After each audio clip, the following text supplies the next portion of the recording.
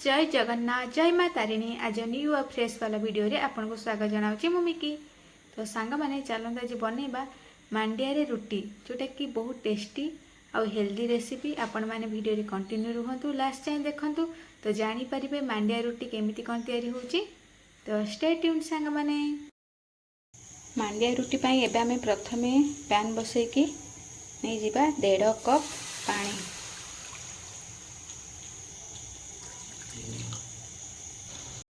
Test अनुसार एबे हमें एथिरे देइदबा लूण।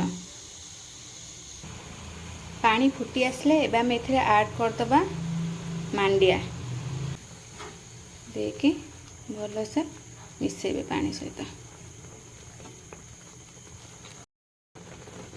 आपण माने मांडिया जो क्वांटिटी रो मेजर करिक पानी नैथिबे जो थिरे सेथिरे ही मेजर करिक नै जिवे मांडिया। मांडिया को देई सारी की भल से गोलेबे।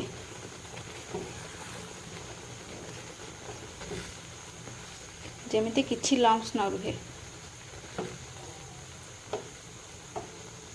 मांडिया को गोले सारा परे आपण माने लीड को क्लोज करी छाड़ देबे 4 ରୁ 5 मिनट। ता भितर मांडिया हमर बहुत बढ़िया से सिझी जीवो और रेडी हो जीवो रुटी पई। बहुत रुटी भी बहुत सॉफ्ट रहइबो। आपण माने सब बेले गरम पानी यूज करेंगे जमती मु यूज करछि सेमती ही रुटी बनाया पई ट्राई करिए। काहे ना ठंडा पानी जदि आपण यूज करछंती जेहेतु मांडियाटा ग्लूटेन फ्री रोची तो फाटी जीवार चांस अधिका रही। 4 ରୁ 5 मिनट हो जाइए। एबे हमें लीड को ओपन करिया देखिया देखंत केते बढ़िया से मांडिया हमर रेडी जाइए। एबे हमें को चकटी की रेडी करिबा रुटी पई। एबे हमर चकटा पई आमे एथिरे अल्प तेल दे देबा। तेल देकी चकटिबा जेते भल से आपण माने चकटिबे चकटाटा सेते भल रुटी हबो। तो जदि टिके हाथ को गरम लागुची तो आपण माने टिके पानी हाथ हेकी भी चकटी पारिबे। बाकी ठंडा पानी जमा देबेनी। देखिपथे एबे हमर चकटा रेडी हो जाइए। एबे हमें गोल गोल शेप देकी रुटी परिया बेली दबा। आ बेलिला बेले भी आपण माने जो गोल गोल नहीं चंदी ये गोलटा आकु भी भल से चकटिबे। जेते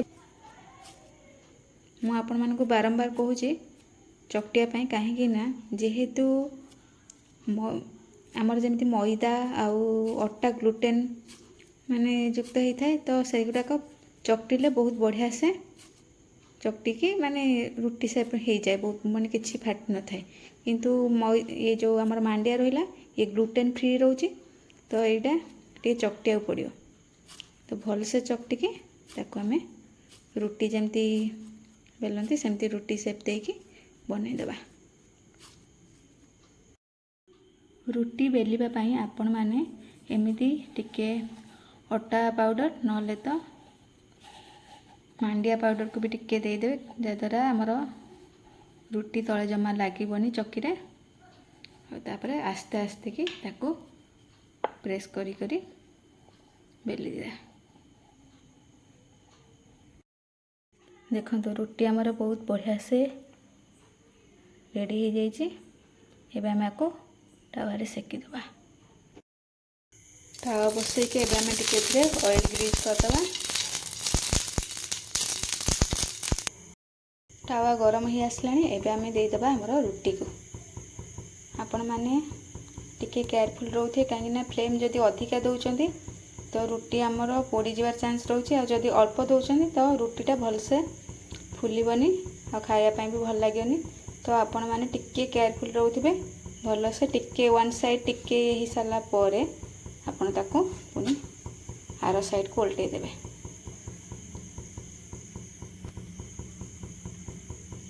देखिबथे एबे हमर रुटी फुलिबा स्टार्ट हेलानी। आपण माने सबु बेले सेति पई मु कहिची उषुम पानी यूज करिवे।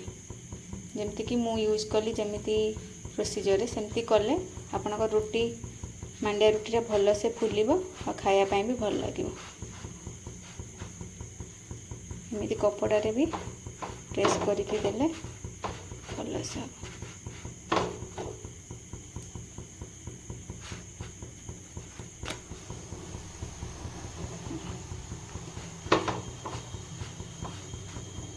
ଯେତେବେଳେ ବି ଯଦି ଆପଣମାନେ ରୁଟି କଲା ବେଳକୁ ଯଦି କିଛି ପାଣିଆ ରହିଯାଉଛି କି ଆପଣଙ୍କୁ ଡାଉଟ୍ ରହୁଛି ତ ଆପଣମାନେ 1 ରୁ 2 ଚାମଚ ଅଟା ପାଉଡ଼ର ୟୁଜ୍ କରିପାରିବେ, ଯଦ୍ୱାରା ଆମର ରୁଟିଟା ବହୁତ ବଢ଼ିଆ ସେ ରେଡ଼ି ହେଇଯିବ।